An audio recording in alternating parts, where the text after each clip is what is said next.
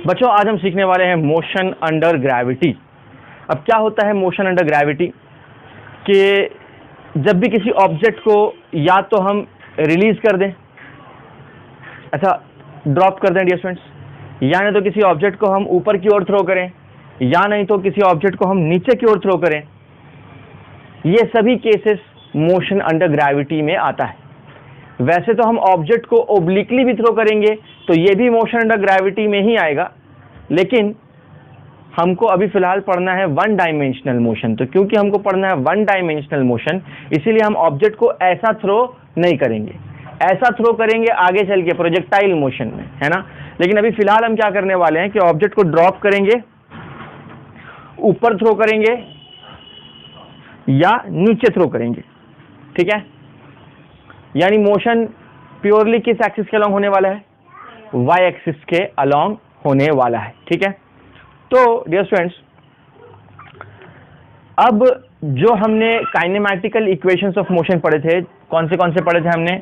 तो हमने पढ़ा था भाई v is equal to u plus a t, हमने पढ़ा था s equal to u t plus half a t square, हमने पढ़ा था v square is equal to u square plus 2as। तो ये काइनेमैटिकल इक्वेशंस ऑफ मोशन हमने पढ़ा था। अब इन्हीं काइनेमैटिकल इक्वेशंस ऑफ मोशन को हम मॉडिफाई करके मोशन अंडर ग्रेविटी के लिए अप्लाई कर सकते हैं, पर उसके लिए हमें कुछ बेसिक साइन कन्वेंशंस मालूम होने चाहिए। वो बेसिक साइन कन्वेंशंस क्या है वो मैं आपको बताता हूँ। साइन कन्वेंशंस ये आइडिया स्टूडेंट्स के जब भी हम ऊपर की तरफ कोई भी क्वांटिटी लेंगे, जैसे मान लो वेलोसिटी ऊपर की तरफ है या डिस्प्लेसमेंट ऊपर की तरफ है, तो ऊपर की तरफ जो चीजें हैं यानी पॉजिटिव लेंगे उसको, जो पॉजिटिव वाई एक्सिस की तरफ जो चीजें हैं वो पॉजिटिव लेंगे, और जो नेगेटिव वाई की तरफ नीचे की तरफ जो चीजें होंगी, यानी मान लो ऑब्जेक्ट को मैंने नीचे की तरफ थ्रो किया तो फिर उसकी वेलोसिटी नेगेटिव हो जाएगी, ठीक है। तो नीचे की तरफ जो भी चीजें होंगी उनको हम नेगेटिव लेंगे, ऊपर की तरफ जो भी चीजें होंगी उनको पॉजिटिव लेंगे। और जब चीजें ग्राउंड के ऊपर मूव करती थी तो हमने उधर पॉजिटिव लिया था और इधर नेगेटिव लिया था, उधर पॉजिटिव लिया था और इधर नेगेटिव लिया था। और अगर वाई एक्सिस के अलोंग मोशन हो रहा है तो ऊपर पॉजिटिव और नीचे नेगेटिव। अब डियर स्टूडेंट्स, बात यह है कि जरूरी नहीं है कि आप ऊपर वाली दिशा को पॉजिटिव लें और नीचे वाली दिशा को नेगेटिव लें, ये जरूरी नहीं है। हम चाहें तो नीचे पॉजिटिव ले सकते हैं, ऊपर नेगेटिव ले सकते हैं, कोई फर्क नहीं पड़ने वाला, ठीक है। लेकिन यह है कि आपको क्वेश्चन सॉल्व करने से पहले ये डिसाइड कर लेना होगा कि आप किस डायरेक्शन को पॉजिटिव लेना चाहते हैं और किस डायरेक्शन को नेगेटिव लेना चाहते हैं, ये आपको पहले डिसाइड कर लेना होगा, और फिर उसी कन्वेंशन के हिसाब से आपको पूरा सवाल सॉल्व करना पड़ेगा, ठीक है। तो आप कुछ भी चूज कर सकते हैं डिफरेंट, जैसे कि मैंने बताया आपको। और जब मैं प्रॉब्लम सॉल्व करूंगा तो वहां पे आपको मैं दोनों साइन कन्वेंशन रिवर्स करके भी आपको दिखा दूंगा कि आंसर में क्या फर्क पड़ता है क्या नहीं पड़ता है, ठीक है। ऑलराइट, तो अब यहाँ पे डिफरेंट तीन केसेस जनरली यहाँ पे देखने को मिलते हैं, जो कि मैंने आपको बताया कि या तो हमें ऐसा केस मिलेगा कि हमने ऑब्जेक्ट को रिलीज किया, रिलीज वर्ड देखने को आपको मिलेगा, रिलीज शब्द का प्रयोग होगा, या नहीं तो ड्रॉप वर्ड यूज होगा। तो अगर रिलीज या ड्रॉप वर्ड आया तो समझ लेना कि वहां पर पार्टिकल की जो इनिशियल वेलोसिटी है वो क्या है? 0। रिलीज या ड्रॉप में क्या होता है? रिलीज या ड्रॉप में कुछ ऐसा होता है मामला। तो इसको मैंने क्या किया है? ड्रॉप किया है। तो ड्रॉप में क्या होता है कि इनिशियली ये पार्टिकल मेरे हाथ में था, तो इनिशियली इसकी वेलोसिटी क्या थी? 0 थी, और फिर मैंने इसको छोड़ दिया, ठीक है। तो रिलीज या ड्रॉप वर्ड आया तो समझ लेना कि पार्टिकल की इनिशियल वेलोसिटी क्या है? 0 है, ठीक है। तो उस केस में अगर मान लो ये ग्राउंड है तो पार्टिकल की इनिशियल वेलोसिटी 0 है, और पार्टिकल इस तरह से जैसे जैसे नीचे जाता है वैसे वैसे उसकी वेलोसिटी बढ़ती जाती है, ठीक है। अच्छा, दूसरा केस एक आएगा डियर स्टूडेंट्स जिसमें हम पार्टिकल को नीचे की तरफ थ्रो करेंगे।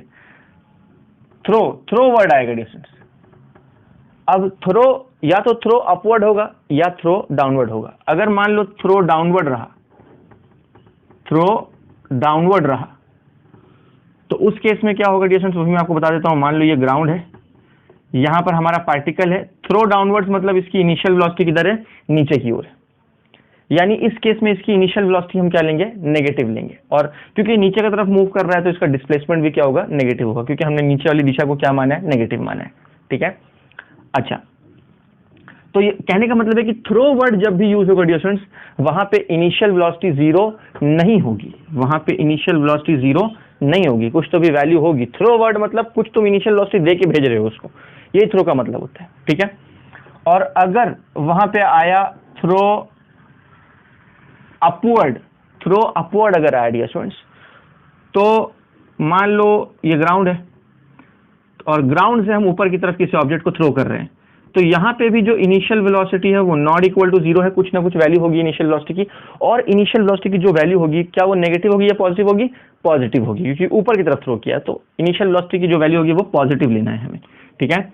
पार्टिकल जब ऊपर मूव करना शुरू करेगा तो उसका डिस्प्लेसमेंट क्या होगा? पॉजिटिव, क्योंकि डिस्प्लेसमेंट किधर हो रहा है? ऊपर की तरफ हो रहा है, इसलिए डिस्प्लेसमेंट क्या होगा? पॉजिटिव होगा, ठीक है। अब थोड़ा सा हम यहाँ पे डियर स्टूडेंट्स एक और चीज देखते हैं। तो जब तक पार्टिकल ऊपर जा रहा है तब तक तो उसका डिस्प्लेसमेंट पॉजिटिव हो रहा है, ठीक। मान लो टॉप मोस्ट पॉइंट पे ये पहुंचेगा तो टॉप मोस्ट पॉइंट पे इसकी वेलोसिटी क्या हो जाएगी? जीरो हो जाएगी। और यहाँ पे जो वो हाइट रीच करेगा, इसी हाइट को हम बोलते हैं मैक्सिमम हाइट रीच्ड, क्योंकि यहाँ पे वेलोसिटी जीरो हो चुकी है। इसके ऊपर पार्टिकल जाने वाला है क्या? नहीं। तो मतलब ये जो हाइट है, this height will be called as the maximum height, ठीक है। उसके बाद क्या होगा? पार्टिकल वापस नीचे आना शुरू करेगा, तो फिर ये वापस नीचे आएगा, वापस नीचे आएगा। अब देखो डिस्प्लेसमेंट कम कम कम होता जाएगा, तो ये वापस नीचे आता जाएगा, वापस नीचे आ जाएगा। और मान लो घूम के वापस वो उसी पॉइंट पे पहुंच गया, जिस पॉइंट से फेंका था घूम के वापस उसी पॉइंट पे आ गया, तो नेट डिस्प्लेसमेंट क्या हो जाएगा? जीरो हो जाएगा, ठीक है। तो इस तरह की बात है। तो उम्मीद है ये बात आपको समझ में आई होगी डियर स्टूडेंट्स। तो ये कुछ बेसिक बातें हैं जो आपको ध्यान में रखनी है। अब यहाँ पर मैं एक और बहुत क्रिटिकल बात आपको बता दूं कि अगर हम बात करेंगे एक्सेलरेशन की, ठीक है, तो देखो the moment a body is throne और रिलीज्ड, जैसे ही बॉडी हमारे हाथ से छूट जाती है हमारे हाथ से, या तो तुम थ्रो करो, ऊपर थ्रो करो या नीचे थ्रो करो या जस्ट उसको ड्रॉप कर दो, जहां बॉडी का कांटेक्ट हाथ से छूटा कि वो किसके हवाले हो गई? ग्रेविटी के हवाले हो गई। यानी बॉडी हाथ से छूटते ही ग्रेविटी के हवाले हो गई। यानी अब जब बॉडी नीचे गिर रही है या ऊपर जा रही है तो उसके ऊपर सिर्फ और सिर्फ एक ही फोर्स लगता है डियर स्टूडेंट्स, जो कि होता है mg, उसका वेट, यानी ग्रेविटेशनल फोर्स। यानी बॉडी ऊपर जा रही हो या नीचे आ रही हो, ठीक है, बॉडी डियर स्टूडेंट्स ऊपर जा रही हो या नीचे जा रही हो,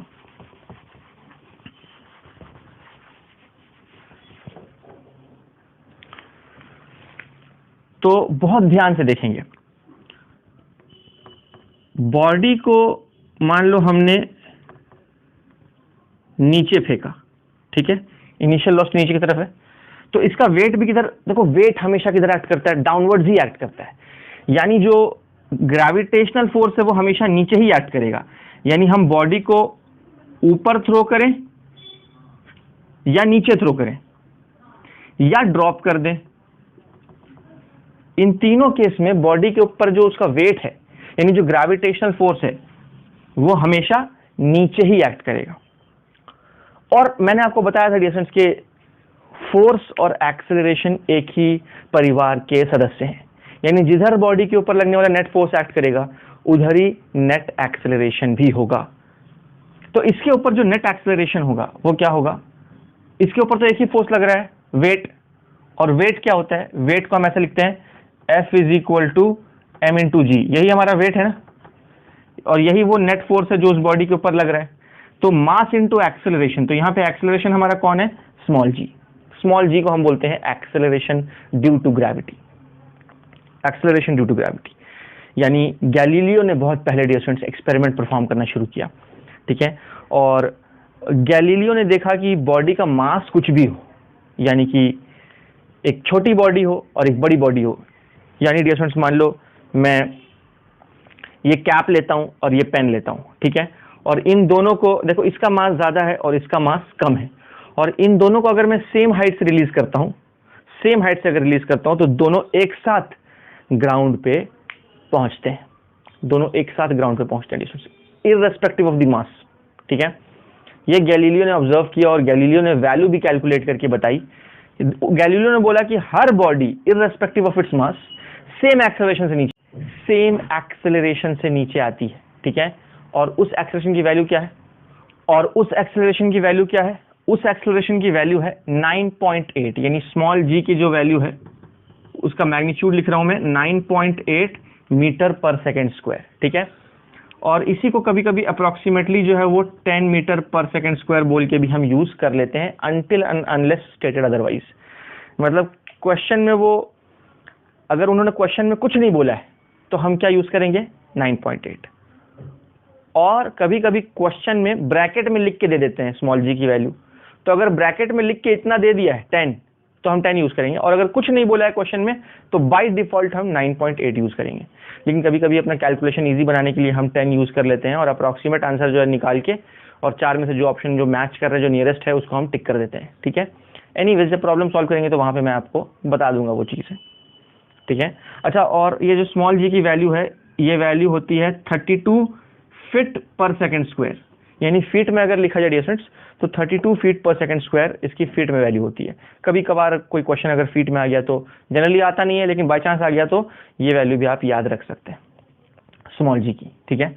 अच्छा, तो मैं ये बता रहा था कि पार्टिकल को नीचे थ्रो करो, ऊपर थ्रो करो या ड्रॉप करो, इन तीनों केस में जो है वो फोर्स नीचे ही लग रहा होगा, और क्योंकि फोर्स नीचे ही लग रहा होगा इसीलिए स्मॉल जी भी यानी एक्सेलरेशन भी नीचे ही एक्ट कर रहा होगा। यानी इस बॉडी पे भी जो एक्सेलरेशन लगेगा वो नीचे ही लगेगा, इस बॉडी पे भी जो एक्सेलरेशन लगेगा वो नीचे ही लगेगा, इस पे भी जो एक्सेलरेशन लगेगा वो नीचे ही लगेगा, ठीक है। तो इसीलिए क्या होता है कि अगर इस बॉडी की हम बात करें तो इसकी वेलोसिटी और एक्सेलरेशन ऑपोजिट दिशा में है, तो इसका कैसा मोशन होगा, यूनिफॉर्मली रिटार्डेड मोशन होगा। यानी जिस बॉडी को हम ऊपर थ्रो करेंगे उसकी वेलोसिटी घटती जाएगी, यानी this will go on decreasing, ठीक है। ये यू घटता चला जाएगा, यहाँ आप देख सकते हैं ये वाले केस में ये यूनिफॉर्मली रिटार्डेड मोशन परफॉर्म करेगा, यूनिफॉर्मली रिटार्डेड मोशन, ठीक है। इसकी वेलोसिटी घटते जीरो हो जाएगी डियर स्टूडेंट्स, ठीक। और फिर ऊपर से जब वो नीचे आना शुरू होगा तो फिर बढ़ने लगेगी, फिर वो यूनिफॉर्मली एक्सेलरेटेड मोशन हो जाएगा। यानी जब बॉडी ऊपर से नीचे आती है, देखो यहाँ पे वेलोसिटी और एक्सेलरेशन एक ही दिशा में है, तो यहाँ पे जो u होगा ये u will start increasing and this is uniformly accelerated motion, ठीक है। तो मैं यहाँ पे लिख सकता हूँ, तुम बॉडी को ड्रॉप करो तो भी इसकी वेलोसिटी बढ़ती जाएगी, तो यहाँ पे भी मोशन जो होगा वो यूनिफॉर्मली एक्सेलरेटेड मोशन होगा, और ये बॉडी को थ्रो किया है तो यहाँ भी इसकी वेलोसिटी बढ़ती ही जाएगी, और ये भी होगा यूनिफॉर्मली एक्सेलरेटेड मोशन। तो इन दोनों केसेस में वो मोशन कैसा होगा, यूनिफॉर्मली एक्सेलरेटेड मोशन, और इस वाले केस में मोशन कैसा होगा, ठीक है स्टूडेंट्स। तो उम्मीद है कि यहाँ तक आपको बात समझ में आई होगी, ठीक है। तो अब देखो, क्योंकि स्मॉल जी हमेशा नीचे है, तो स्मॉल जी नीचे की दिशा में हमेशा होता है, बॉडी ऊपर जा रही हो या नीचे जा रही हो, स्मॉल जी हमेशा नीचे होगा, यानी एक्सेलरेशन हमेशा नीचे होगा। और नीचे की दिशा को अभी हमने क्या देखा, नेगेटिव हमने बोला है नीचे वाली डायरेक्शन को, यानी स्मॉल जी की वैल्यू जब भी हम पुटअप करेंगे, स्मॉल जी की वैल्यू जब भी हम पुटअप करेंगे अपने फॉर्मूला में, यानी अपने फॉर्मूला में, ठीक है, तो वो वैल्यू हम माइनस साइन के साथ पुटअप करेंगे, वो वैल्यू हम माइनस साइन के साथ पुटअप करेंगे, क्योंकि स्मॉल जी की डायरेक्शन हमेशा क्या होती है, नीचे होती है, ठीक है। बात समझ में आ गया क्वेश्चन। तो इसके पहले कि हम आगे बढ़े, मैं चाहूंगा कि आप यहाँ तक कॉपी डाउन कर लें, उसके बाद हम आगे बढ़ते हैं, ठीक है।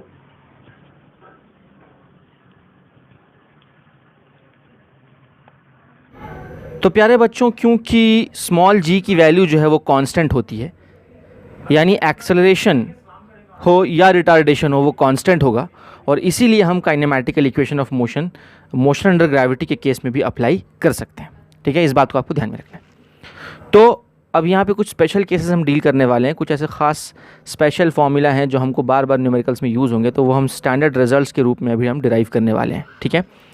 इसमें सबसे पहला टॉपिक जो हम देख रहे हैं वो है time taken to reach the ground. तो time taken to reach the ground की कंडीशन हम समझ लेते हैं कि एक बॉडी को इनिशियली जो है वो रेस्ट पे थी और उसको हमने ड्रॉप किया। तो आप यहाँ देख सकते हैं इनिशियल वेलोसिटी 0 के साथ एक बॉडी को हमने ड्रॉप किया है, और वो बॉडी को h हाइट से ड्रॉप किया हमने, तो वो बॉडी नीचे आना शुरू होगी, और मान लो वो पॉइंट A से कहाँ पहुँचेगी, पॉइंट B पे पहुँचेगी, ठीक है। तो A से B तक आने का जो टाइम है वही है time taken to reach the ground, ठीक है। या h हाइट नीचे आने में कितना टाइम लगा बॉडी को, ठीक है। बॉडी का फ्री फॉल हो रहा है, मोशन अंडर ग्रेविटी हो रहा है, और थ्रू आउट जो है एक्सेलरेशन स्मॉल जी वो नीचे की ओर है, ठीक है, और कांस्टेंट है। तो यहाँ पे हम कौन सा इक्वेशन यूज़ करेंगे डियर स्टूडेंट्स, अगर मान लो हम यहाँ पे यूज़ करते हैं s = ut + ½ at² अगर हम यूज़ करते हैं, ठीक है, तो ये इस तरह से मैंने इक्वेशन लिखा है, equal to ut plus half t square. अब क्योंकि इसको ड्रॉप किया है तो इनिशियल वेलोसिटी तो जीरो है, तो ये वाला टर्म क्या हो जाएगा, जीरो हो जाएगा, ठीक है। और उसके बाद ये जो डिस्प्लेसमेंट है डियर स्टूडेंट्स, डिस्प्लेसमेंट क्या हुआ, पार्टिकल कहाँ से कहाँ पहुँचा, ए से बी, यानी इनिशियल पॉइंट जो है वो ए है और जो फाइनल पॉइंट है वो बी है। तो इनिशियल और फाइनल पॉइंट को स्ट्रेट लाइन से ज्वाइन कर दो, तो डिस्प्लेसमेंट की जगह पर मैं क्या लिख सकता हूँ, माइनस एच लिख रहा हूँ। माइनस क्यों, क्योंकि डिस्प्लेसमेंट नीचे की ओर हो रहा है। आप देखिए डिस्प्लेसमेंट ए से बी हो रहा है, यानी डिस्प्लेसमेंट नीचे की ओर हो रहा है, इसीलिए मैंने वहाँ पर जो है माइनस एच पुट किया। और इज इक्वल टू, ये मैं लिख रहा हूँ हाफ इंटू ए, एक्सेलरेशन जो आपको दिख रहा है ये माइनस जी लिखूँगा मैं। माइनस जी क्यों, माइनस मैंने क्यों दिया माइनस, क्योंकि वो एक्सेलरेशन भी नीचे की ओर है इसीलिए माइनस, और एक्सेलरेशन की वैल्यू क्या है, जी है, तो वो जी लिख दिया माइनस जी, ठीक है, इंटू टी का स्क्वायर, ठीक है, ये चीज़ कर दी हमने। और अब इसी को मैं वापस से लिखता हूँ, minus h is equal to minus half g t square. अब यहाँ ये माइनस माइनस कैंसिल हो जाएगा, तो एच हो जाएगा हाफ जी टी स्क्वायर, इस तरह से। और इसी को मैं अगर रीअरेंज करूँ, यानी टू को उधर भेज दूँ और रीअरेंज करके अगर मैं लिखना चाहूँ, तो अल्टीमेटली ये क्या हो जाएगा, ये हो जाएगा t is equal to root under two h upon g. तो this is the final expression जो हम डिराइव करना चाहते थे। This is the time taken to reach the ground, या ऐसा भी बोल सकते हैं, this is the time taken by a body to fall through a height h. H height fall करने के लिए कितना टाइम लगा, एच हाइट नीचे गिरने में कितना टाइम लगा बॉडी को, वही ये टाइम है। यानी कोई बॉडी अगर एच हाइट से नीचे गिरती है तो उसको कितना टाइम लगता है, वही है ये root under two h by g, ठीक है। तो एक स्टैंडर्ड वैल्यू है जो आपको याद रखनी है, ठीक है स्टूडेंट्स। तो ये एक बात हो गई। अच्छा, यहीं पे मैं आपको बता दूं कि ये पूरा जो मैंने डेरिवेशन किया है ये किस साइन कन्वेंशन के हिसाब से किया है, डाउनवर्ड डायरेक्शन को नेगेटिव मानते हुए। तो आप देखिए डाउनवर्ड को नेगेटिव मानते हुए यहाँ भी माइनस साइन दिया, और डाउनवर्ड को नेगेटिव मानते हुए यहाँ भी माइनस साइन दिया। अगर मान लो मैं डाउनवर्ड डायरेक्शन को पॉजिटिव मानता, डाउनवर्ड डायरेक्शन को पॉजिटिव मानता, तो इसका भी साइन पॉजिटिव होता और इसका भी साइन पॉजिटिव होता, और फिर से आपको अल्टीमेटली यही रिजल्ट मिल जाता। देखा डियर स्टूडेंट्स आपने, यानी कि आप साइन कन्वेंशन कुछ भी यूज़ करें, अल्टीमेटली जो आपको रिजल्ट मिलने वाला है उसमें कोई बदलाव नहीं आएगा, ठीक है। तो इससे पहले कि हम आगे बढ़े, मैं चाहूँगा कि आप पॉज करके ये स्लाइड कॉपी डाउन कर लें, फिर हम कुछ और रिजल्ट ड्राइव करते हैं।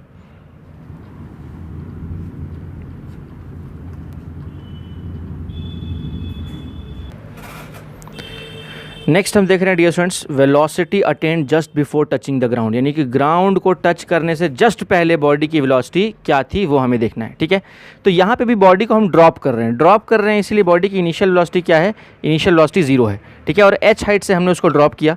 तो आप देखिए जब ये बॉडी नीचे आना शुरू करेगी तो धीरे धीरे इसकी वेलोसिटी बढ़ती जाएगी, और just before touching the ground ये मान लीजिए जो वेलोसिटी अटेन कर लेगी वो वेलोसिटी v है, और वही वेलोसिटी हमको फाइंड आउट करना है, ठीक है। तो हम कैसे ये वेलोसिटी v फाइंड आउट कर सकते हैं, आइए देखिए, वही काइनेमैटिकल इक्वेशन ऑफ मोशन हम अप्लाई करेंगे यहाँ पे।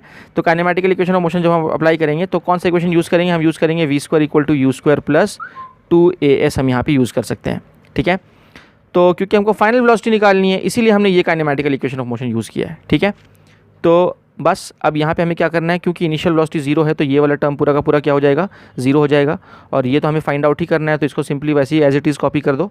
और ये वाला जो टर्म है इसको मैं लिख रहा हूँ, 2 को 2 लिखो, एक्सेलरेशन को क्या लिखोगे डिस्टेंस माइनस जी, क्योंकि नीचे की दिशा को हमने क्या माना हुआ है, नेगेटिव माना हुआ है, ठीक है। और वैसे भी हम जानते हैं कि बॉडी को ऊपर थ्रो करो, नीचे थ्रो करो या ड्रॉप करो, स्मॉल जी तो हमेशा नीचे की दिशा में लगता रहेगा, और नीचे की दिशा तो नेगेटिव हमने ली है।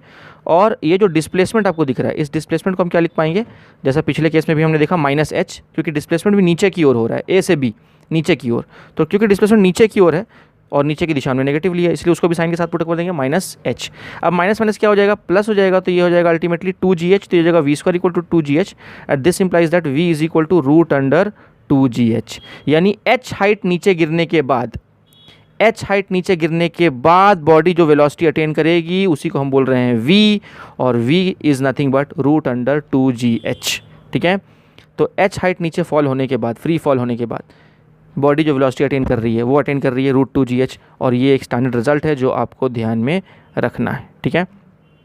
तो आप ये डिस्टेंस पॉज करके ये कॉपी डाउन कर लेंगे, फिर हम आगे बढ़ते हैं। इसके बाद आप पॉज करके ये कॉपी कर लें।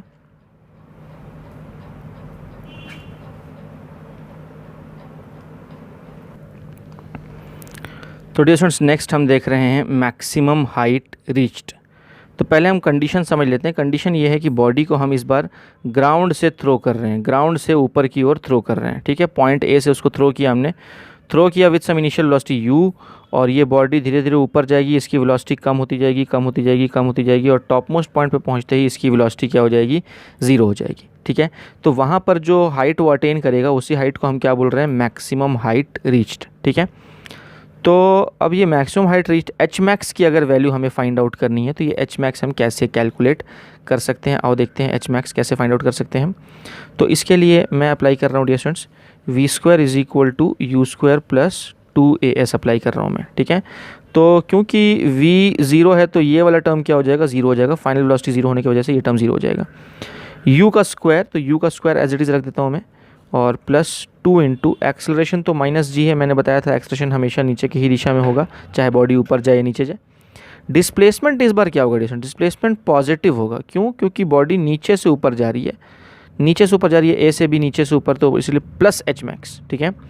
और प्लस माइनस माइनस हो जाता है, तो ये हो जाएगा 0 is equal to u square minus 2g h max, और ये जो नेगेटिव टर्म है इसको LHS में भेज दो तो ये हो जाएगा 2g h max is equal to u square, और यहाँ से एच मैक्स क्या हो जाएगा डिस्टेंस, यहाँ से हो जाएगा h max is equal to u square upon 2g, u square upon 2g। ये रहा हमारा फॉर्मूला एच मैक्स का। और आप अगर ध्यान से देखें तो आपको ये बात समझ में आएगी यहाँ पे डियर स्टूडेंट्स कि इनिशियल वेलोसिटी जितना ज़्यादा, मैक्सिमम हाइट रीच्ड उतना ज़्यादा। इनफैक्ट अगर आप ध्यान से देखें तो ये पूरी की पूरी चीज़ कांस्टेंट है, तो हम बोल सकते हैं कि h max is directly proportional to u square, ठीक है। तो इनिशियल वेलोसिटी को आप 2 टाइम्स करेंगे डियर स्टूडेंट्स तो मैक्सिमम हाइट रीच जो है वो 4 टाइम्स हो जाएगा। इनिशियल वेलोसिटी को आप 3 टाइम्स करेंगे तो मैक्सिमम हाइट रीच जो है वो 9 टाइम्स हो जाएगा, ठीक है, एंड सो ऑन, ठीक है। ये बात आपको समझ में आ रही है डिस्टेंस। तो h max is equal to u square upon 2g, ये है मैक्सिमम हाइट रीच्ड। तो आप पॉज करके डिस्टेंस ये आप कॉपी डाउन कर लें, उसके बाद फिर हम अगला स्पेशल केस देखते हैं। मैं थोड़ा सा टाइम देता हूँ आपको। अब हम आते हैं अपने अगले केस पे। अगला केस है time taken to reach the maximum height, यानी डायग्राम यही है जो पिछले केस में हमने देखा, सब कुछ यही है, सारी कंडीशंस यही है, ठीक है। और सिर्फ जो है इस बार हमको टाइम निकालना है, ए से बी तक जाने का टाइम, यानी मैक्सिमम हाइट जो रीच किया है उसने वो कितने टाइम में रीच किया, वो टाइम हमको निकालना है। तो वो टाइम हम कैसे निकाल सकते हैं, आइए हम देखने की कोशिश करते हैं। तो उसके लिए डियर स्टूडेंट्स मैं सिंपली यहाँ पे क्या अप्लाई करूँगा, मैं अप्लाई करूँगा v is equal to u plus 80। तो अगर मैं अप्लाई करूँ v is equal to u plus 80 तो ये यूज़ करने का फ़ायदा ये होगा कि फाइनल वेलोसिटी हम 0 रख पाएंगे, ठीक है। और इनिशियल वेलोसिटी को तो मैं u रखूँगा। वैसे सच बात तो ये कि ये प्लस u है। प्लस u क्यों है, क्योंकि ऊपर की तरफ थ्रो किया, आप यहाँ देख सकते हैं डायग्राम में ऊपर की तरफ थ्रो किया है इसको, इसीलिए प्लस u। और ये प्लस, और ये a के जगह पर मैं माइनस g रख रहा हूँ यहाँ पे, आप देख सकते हैं, क्योंकि स्मॉल g तो हमेशा नीचे की तरफ ही होता है, ठीक है, इनटू t। और ये वही टाइम है भाई, वेलोसिटी 0 होने के लिए जो टाइम लगा ये वही टाइम है, यानी a से b जाने का टाइम। अब ये जो माइनस जी टी वाला टर्म है इसको LHS में ले लेते हैं, तो ये हो जाएगा g t is equal to u, और यहाँ से t क्या आ जाएगा, t इक्वल टू आ जाएगा u अपॉन जी। याद रखिए टाइम तो हमेशा पॉजिटिव ही होगा, टाइम कभी नेगेटिव नहीं होता है, ठीक है। एनीवेज, तो स्मॉल टाइम जो है वो a से b जाने का वो स्मॉल u अपॉन जी, तो ये आपको याद रखना है। इसी को डियर स्टूडेंट्स हम टाइम ऑफ एसेंट भी बोलते हैं। क्या बोलते हैं, टाइम ऑफ एसेंट। एसेंट का क्या मतलब होता है, ऊपर जाना। तो ऊपर जाने का जो टाइम यानी ए से बी तक पहुंचने का जो टाइम है उसको हम टाइम ऑफ एसेंट बोलते हैं, यू अपॉन जी, ठीक है। अच्छा, तो आप ये कॉपी करें डियर स्टूडेंट्स, उम्मीद है ये रिजल्ट आपको समझ में आ गया होगा। आप देखिए अभी पहले मैं सारे रिजल्ट्स डिराइव करके दे रहा हूँ आपको, एक बार सारे रिजल्ट्स डिराइव हो जाएं तो फिर मैं न्यूमेरिकल्स भी लूँगा। न्यूमेरिकल्स के अंदर में मैं इनमें से जितने भी फार्मूला हम डिराइव कर रहे हैं सारे फार्मूला का मैं आपको यूज़ भी सिखाऊंगा, इसको यूज़ कैसे करते हैं, प्रॉब्लम्स में कैसे अप्लाई करते हैं। लेकिन पहले मैं चाह रहा हूँ कि आप ये स्टैंडर्ड रिजल्ट्स पहले एक बार सारे समझ के ले लें, एक जगह लिख के ले लें, फिर मैं एक एक करके आपको प्रॉब्लम्स भी दिखाऊंगा इनके ऊपर, ठीक है। तो आप ये पॉज करके कॉपी कर लें, फिर हम आगे बढ़ते हैं।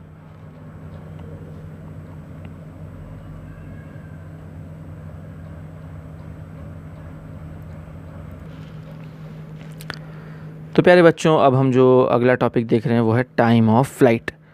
टाइम ऑफ फ्लाइट जो है सिंबल हम यूज़ करते हैं, generally capital T symbol use करते हैं टाइम ऑफ फ्लाइट के लिए।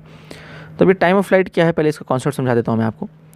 तो सपोज़ डियर स्टूडेंट्स हमने किसी पार्टिकल को ग्राउंड के ऊपर से ना ऊपर की तरफ इस तरह से प्रोजेक्ट किया, ऊपर की तरफ थ्रो किया इसको with some initial velocity u, ठीक है।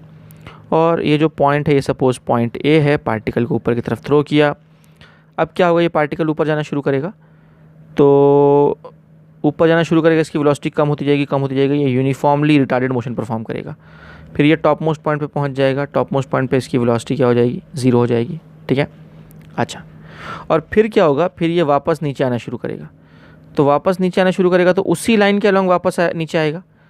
अब ये उसी लाइन के अलॉन्ग वापस नीचे आएगा और वापस से उसी पॉइंट पे पहुंच जाएगा, यानी पॉइंट A पे ही वो वापस पहुंच जाएगा घूम फिर के। तो जब वो वापस से पॉइंट A पर ही आ जाएगा तो उसका नेट डिस्प्लेसमेंट क्या हो जाएगा, 0 हो जाएगा, ठीक है।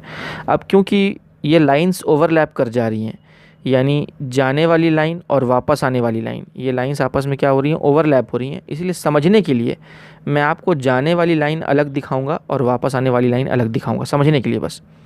तो सपोज़ ये जा रहा है इस लाइन के अलॉन्ग, और समझने के लिए मैं एक अलग लाइन दिखा रहा हूँ यहाँ पे, वापस आने वाली लाइन, ठीक है। तो ये इस तरह से वापस आया। तो एक बात तो ये याद रखो कि अगर तुमने u वेलोसिटी से उसको थ्रो किया है ना, तो जब वो सेम हाइट पे वापस आ जाएगा तो फिर से वो उतनी ही वेलोसिटी वापस हासिल कर लेगा।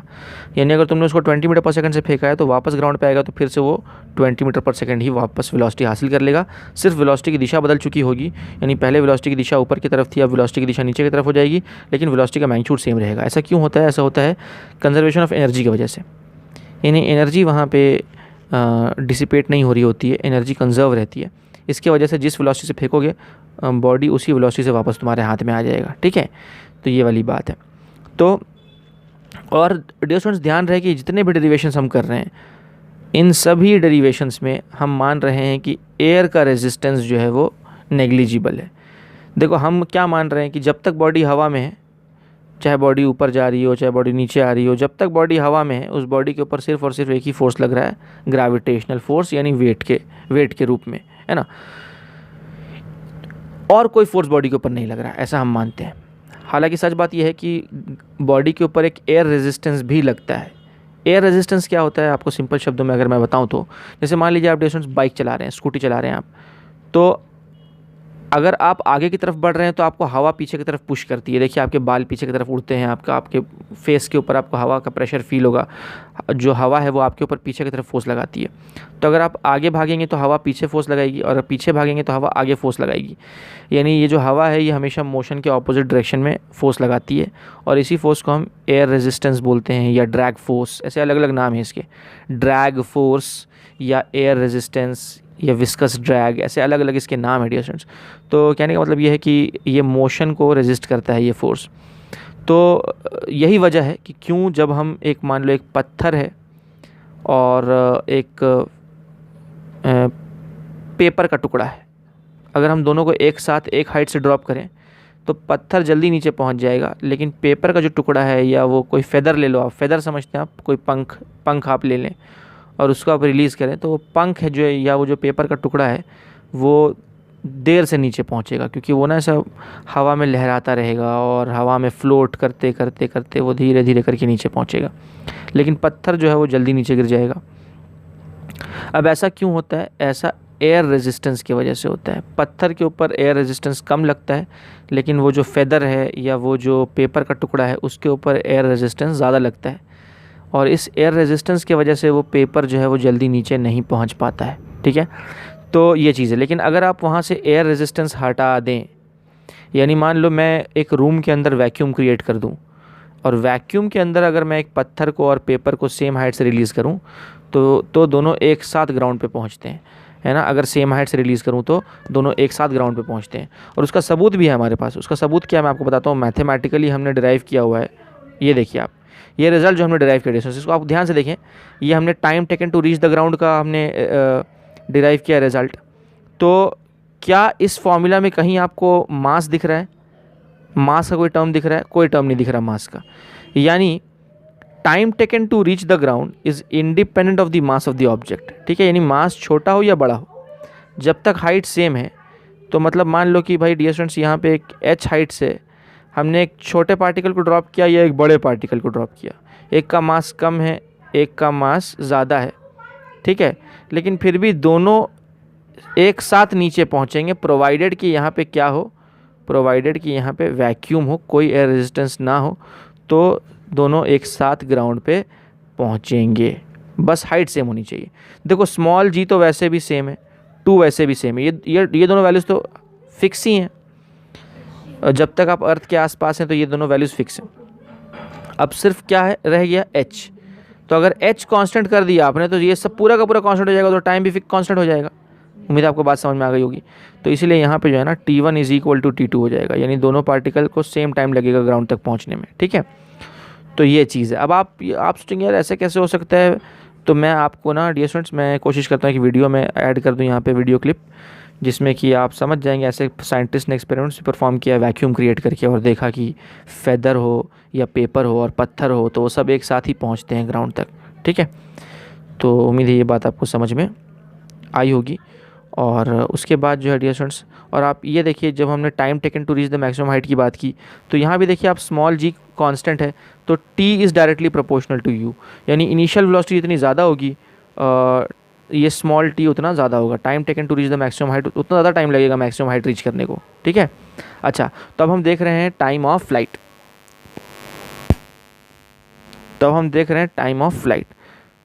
तो टाइम ऑफ फ्लाइट में हम क्या देख रहे हैं डियर स्टूडेंट्स कि टाइम ऑफ फ्लाइट हम देख रहे हैं, टाइम ऑफ फ्लाइट। तो टाइम ऑफ फ्लाइट क्या होता है वो हम समझ लेते हैं। टाइम ऑफ फ्लाइट का मतलब है कि वो पार्टिकल जो है ना वो ए से वापस ए पे जो आ गया है ना, तो इसको जो लगने वाला टोटल टाइम है उसी को हम बोल रहे हैं टाइम ऑफ फ्लाइट, ठीक है।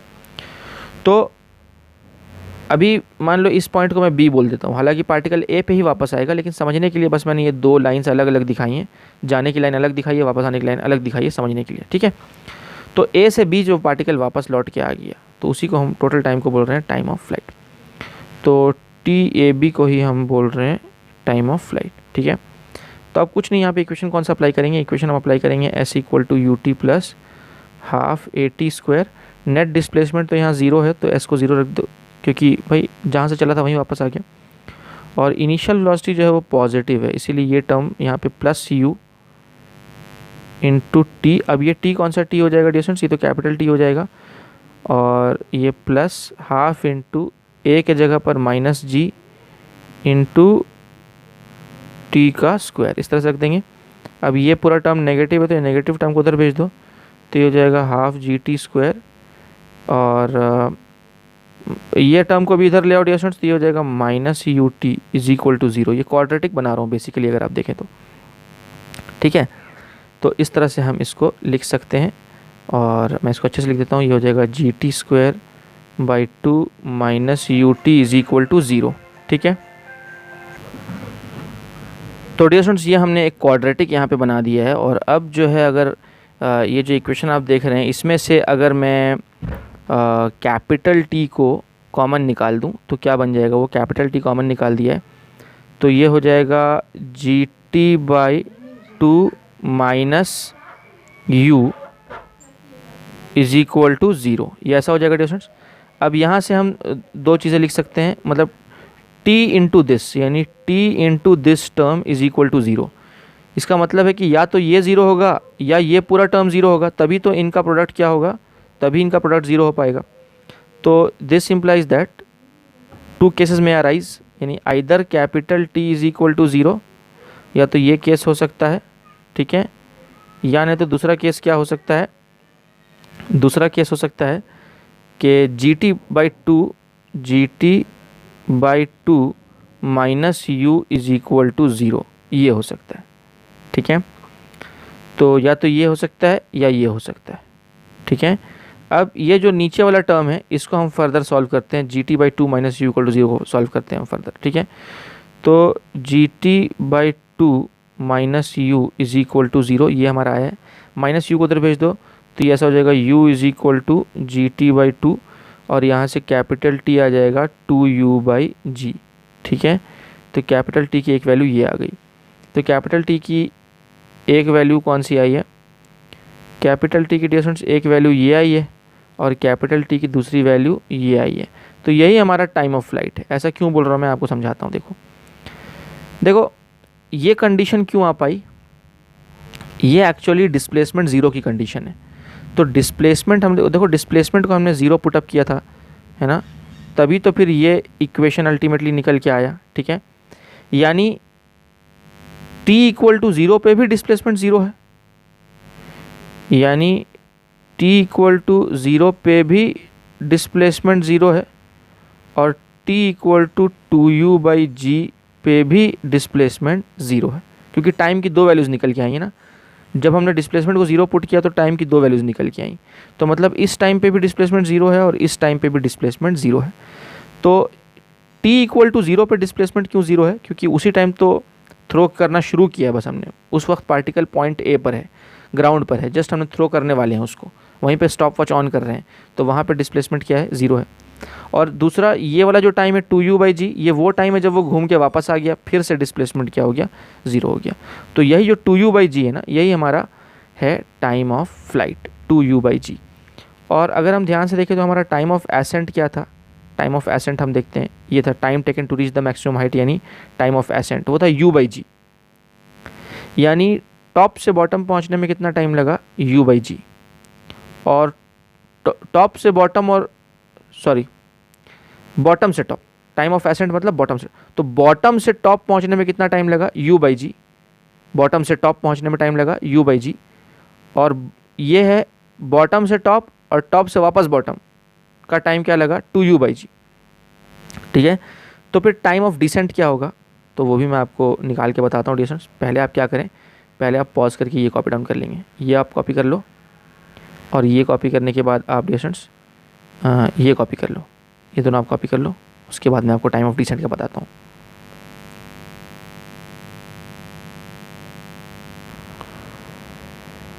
तो डियर स्टूडेंट्स, हमने टाइम ऑफ एसेंट देखा, टाइम ऑफ एसेंट हमने क्या देखा, u/g, ये हमारा क्या आ गया था, टाइम ऑफ एसेंट, यानी बॉटम से टॉप पहुंचने का टाइम। और ये था time of flight, time of flight मतलब बॉटम से टॉप और टॉप से वापस बॉटम, टाइम ऑफ फ्लाइट हमने क्या डिराइव किया, 2u/g, ठीक है। और अब हम देख रहे हैं time of descent, time of descent मतलब ऊपर से नीचे आने का टाइम, यानी कि पहले पार्टिकल को हमने ऊपर थ्रो किया तो ये ऊपर गया ऊपर गया ऊपर गया और टॉप मोस्ट पॉइंट पे पहुंच गया, तो ये सपोज ए से गया बी, तो ए से बी तक का जो टाइम है वो टाइम ऑफ एसेंट। और ये टाइम ऑफ एसेंट हमने क्या डिराइव किया, टाइम ऑफ एसेंट हमने डिराइव किया u/g, ठीक है। उसके बाद वो पार्टिकल बी से घूमा और घूम के वापस वो कहाँ आ गया, ये मान लो सी पे आ गया वापस। सी और ए एक ही पॉइंट है, समझने के लिए बस मैंने दोनों पॉइंट्स को अलग अलग दिखाया है। तो यहाँ पर ए से सी तक पहुँचने का जो टाइम है उसी को हमने टाइम ऑफ फ्लाइट बोला, और टाइम ऑफ फ्लाइट क्या हमने डिराइव किया था, 2u/g, ठीक है। और अब प्यारे बच्चों यहाँ पर जो है अगर हम बात करेंगे टोटल टाइम ऑफ फ्लाइट की, तो टोटल टाइम ऑफ फ्लाइट क्या होगा, time of ascent plus time of descent, इन दोनों को ऐड करो तो हमको क्या मिलेगा, टोटल टाइम ऑफ फ्लाइट मिलेगा। अब यहाँ पे हमें ये पता है और हमें ये पता है, तो क्या हम यहाँ से टाइम ऑफ डिसेंट निकाल सकते हैं, बिल्कुल निकाल सकते हैं। तो कैसे निकाल सकते हैं, आओ देखते हैं उसको। तो कुछ नहीं डियर स्टूडेंट्स, बस वैल्यूज़ पुटअप करते हैं। तो टाइम ऑफ फ्लाइट की वैल्यू है 2u/g, और ये टाइम ऑफ एसेंट की वैल्यू है u/g, और टाइम ऑफ डिसेंट हमें पता नहीं है तो यहाँ सिंपली रख देता हूँ मैं td, ठीक है। तो इसको फर्दर सॉल्व करेंगे तो हमारा टाइम ऑफ डिसेंट क्या हो जाएगा, वो हो जाएगा 2u/g माइनस u/g, जो कि अल्टीमेटली हो जाएगा time of descent is nothing but u/g। तो देखो टाइम ऑफ एसेंट और टाइम ऑफ डिसेंट की वैल्यू सेम आ गई। देखो टाइम ऑफ एसेंट भी u/g था और टाइम ऑफ डिसेंट भी u/g है, यानी यहाँ आप डायग्राम में देखें, ए से बी पहुंचने में जो टाइम लगा, बी से सी पहुंचने में भी वापस उतना ही टाइम लगेगा। और ये हमारा हो गया टाइम ऑफ एसेंट और ये हमारा हो गया टाइम ऑफ डिसेंट, और इन दोनों टाइम को ऐड कर दो तो टाइम ऑफ फ्लाइट मिल जाएगा, यानी 2u/g। तो देखो नीचे से ऊपर पहुंचने का टाइम u/g और ऊपर से नीचे पहुंचने का टाइम भी u/g, और दोनों को ऐड कर दो मतलब ये भी u/g और ये भी u/g, और इन दोनों को ऐड कर दो तो हमको क्या मिल जाएगा, 2u/g मिल जाएगा। तो मुझे उम्मीद है कि ये पूरी की पूरी बात आपको समझ में आ गई होगी स्टूडेंट्स। तो पता चला कि अगर एयर रेजिस्टेंस नहीं है वहाँ पे, क्योंकि ये सारे केसेस हम कब डिराइव कर रहे हैं, in the absence of air resistance. तो अगर वहाँ पे एयर रेजिस्टेंस नेग्लिजिबल है तो वहाँ पर एसेंट का टाइम और डिसेंट का टाइम जो है वो सेम हो जाएगा, जिसकी वैल्यू होगी u/g, और टाइम ऑफ फ्लाइट क्या हो जाएगा, 2u/g।